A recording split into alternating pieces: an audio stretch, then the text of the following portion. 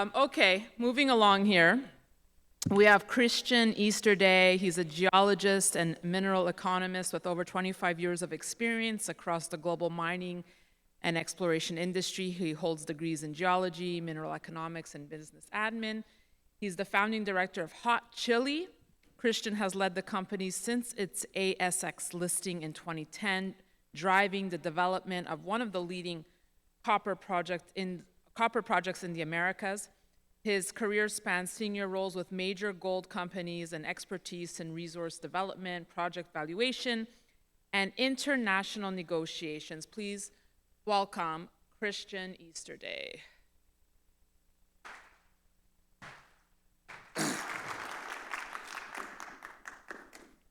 Thank you. Great.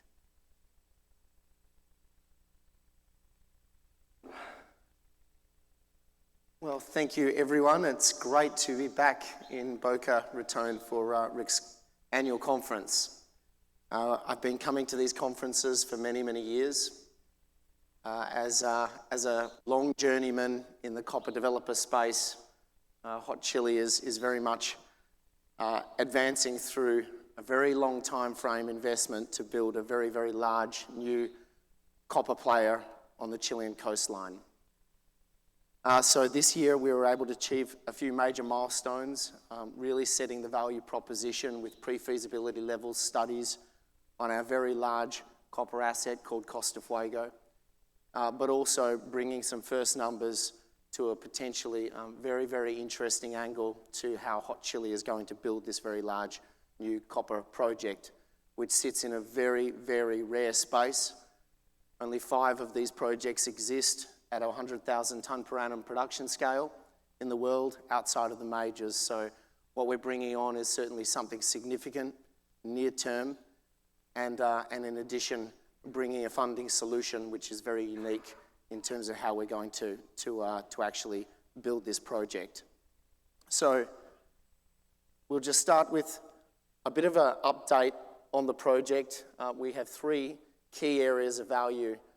Obviously, the focus is our large Costa Fuego project at 1 billion tonnes now in resource base, 3.5 million tonnes of contained copper, 3 million ounces of gold. It's one of the top 10 undeveloped independent copper assets in the world. We have a great new discovery, a 3rd pillar of growth that's been added and confirmed this year with the Verde discovery, putting out some very, very nice numbers. And we've now delivered on pre-feasibilities on those 2 key assets, and really advancing through the preparation phase before the kickoff of our final investment, which is our bankable feasibility study later this year. So a lot happening in the copper space. Most of you saw the news yesterday with Trump's tariff prediction across copper going into the US. We're in a very, very tight market, one of the tightest physical copper markets that's ever been known, in a metal that is widely predicted over the next 5 years to overtake iron ore as the largest metal by revenue annually, followed closely by gold. So it's a point in the cycle now where Hot Chili has delivered its key asset at significant scale with near-term timeframes and advanced permitting at a really key point in the investment cycle. What might be considered as 4 o'clock or 5 o'clock on the line selection clock for what happens next. So we're in a very rare space with a rare asset that is differentiated. Capital structure is tight. We've been well funded for over a year now as we completed those pre-feasibilities, managing our cash down while we're completing our final discussions with potential strategic partners that we're looking to introduce into both our copper and our water assets. We're primarily an Australian company. 84% of our register sits over there. Liquidity is dominated on the ASX market, but we also have a beachhead here in the TSXV and the OTC for our growing North American stable of investors. And at the moment, what we've kept is a capital structure that can leverage significantly from this exposure to this rising copper price thematic and the leverage that we're bringing to the growth of the existing asset. So firstly, just bring us back to why this project is a lot different to our peer projects in the space. We're not up in the high Andes. That's really key to being able to deliver a competitive project that's doable, that's low capital intensity. We're down at 700 metres on the coastline, on the Pan American Highway, next to port infrastructure, over 10 years of permitting advance, to be sitting with a project that we can submit an EIA on next year to effectively bring this project into production in and around 2030, with financing somewhere around 28, 29. So the last 2.5 years of investment to take advantage of some very, very competitive numbers put out on the pre-feasibility and take advantage of that really big head start we have across this small peer space. But elevation has been key. What is now taking a lot of limelight is the great new discovery down the road. This follows in the footsteps of our first discovery at Productora back after we listed in 2010. The transformation of the asset base in 2020 with Cortadera and now Verde, 6 to 7 years. I think we've been trying to secure this project, formerly a Hud Bay project. The centre of that lease was the centre of that land holding, that big porphyry footprint we were after was controlled by a family. And Hot Chili's credentials in being able to negotiate with the local families of this region have been instrumental again in consolidating Verde for the first time under single ownership. We started drilling, and on the second drill hole, we started seeing very, very shallow, higher grade bulk mineralisation coming up in what now is a rapidly growing third discovery for the company. 10,000 metres completed. We completed drilling about 6 weeks ago now. And what that has already uncovered is about a 1,000 metre long by up to 800 metre wide porphyry footprint that was partially covered by about 5 metres of gravel, putting out some very, very impressive results toward 1% copper equivalent over very wide intervals. The mineralisation looks material to the existing 1 billion tonnes, which Hot Chili already has, and it looks certainly, with the gold credit that's coming up, material that can impact the front end of our large mine life that we already have established, and look to push that out from 20 towards 30 years with this addition.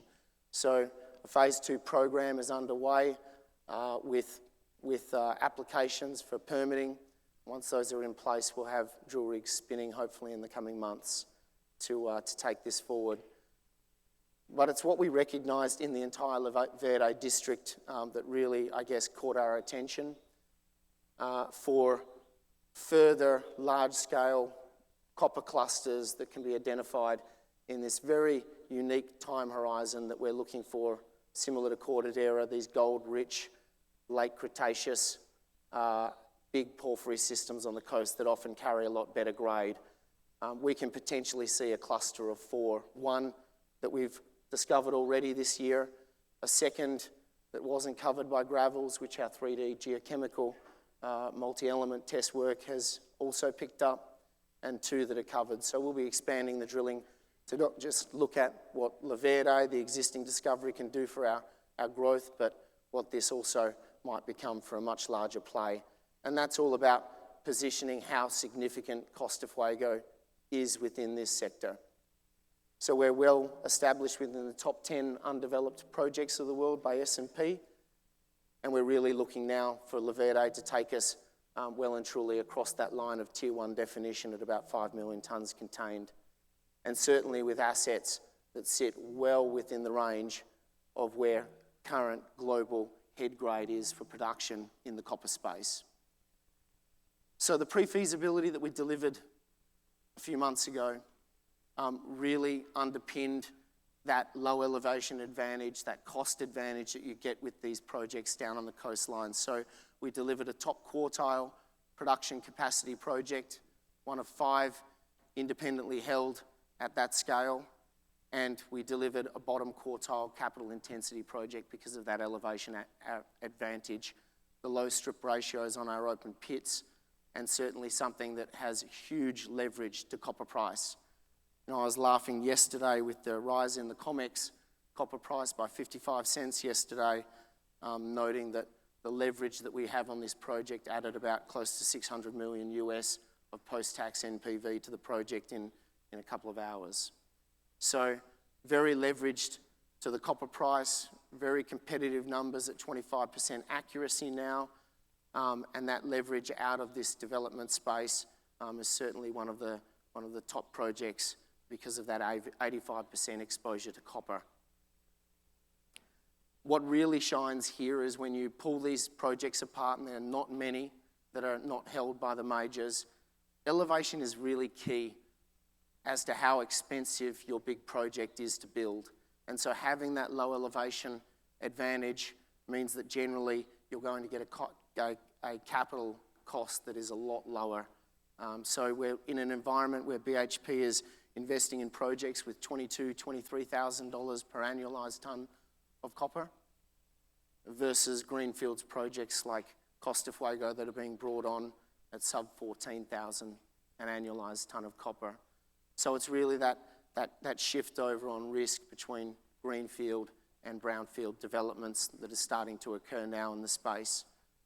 The pre-feasibility was our way of conventionalising this project, applying a lot of capital to areas of risk that we wanted to mitigate, and those are generally all around, things such as tails facilities, which companies have to get right. But what we produced is a very robust platform from which to grow this centralised footprint that sits 50 kilometres from port on the Pan American Highway, central processing, bringing in ore from all of our various sources and producing a 20-year mine life with an average of about 116,000 tonnes of annualised copper production, or copper equivalent production. So I talked earlier about the permitting advance that the company has made. That permitting advance really, if you want to look at the jewel in the crown of what Hot Chili has done here, and some people call it vision, I laugh. I remember that when we applied for our maritime concession at the time, it was really something we didn't think about. We knew we could process our first discovery with salt water with better recoveries, and so it was something that we applied for, not knowing how long it would take, not knowing the process at all, very opaque at that time in Chile and still is.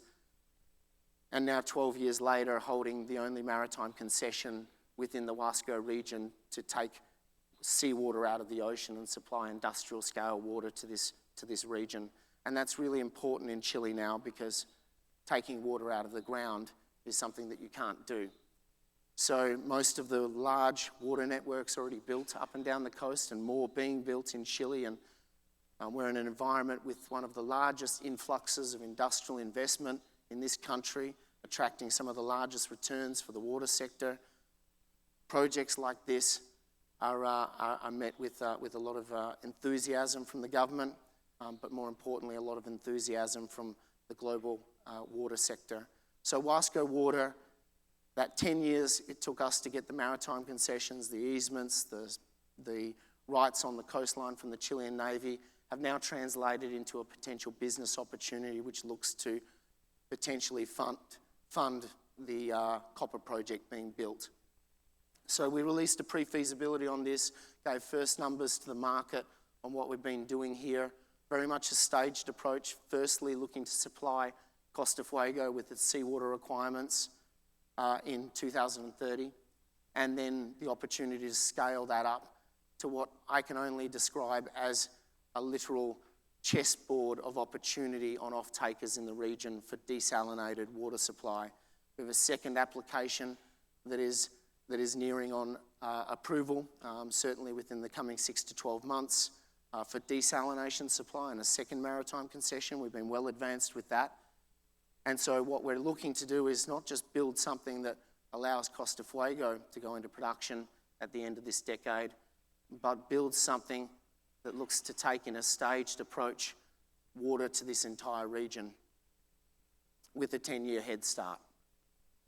And what you are looking at there is a collection of some of the biggest names in the world in mining, in one of the largest clusters of undeveloped projects in the world, with only one maritime concession available.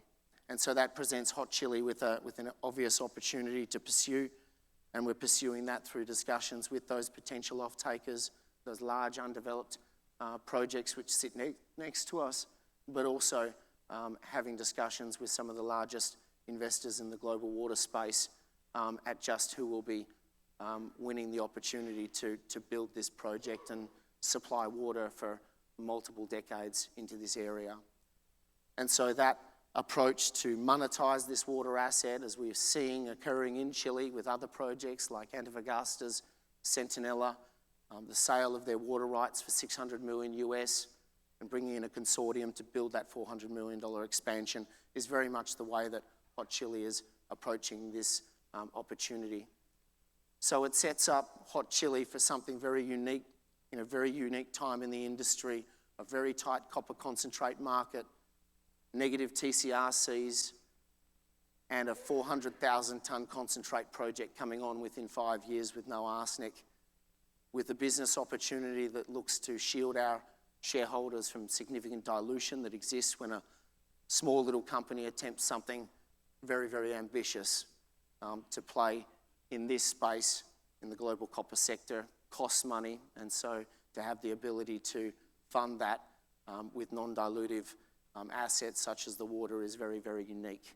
So the next 2.5 years, we're really looking forward to delivering the bankable, bringing this to project financing against a very, very hot backdrop in the copper sector where projects like this, as I've said, are rare and becoming rarer. So thank you very much.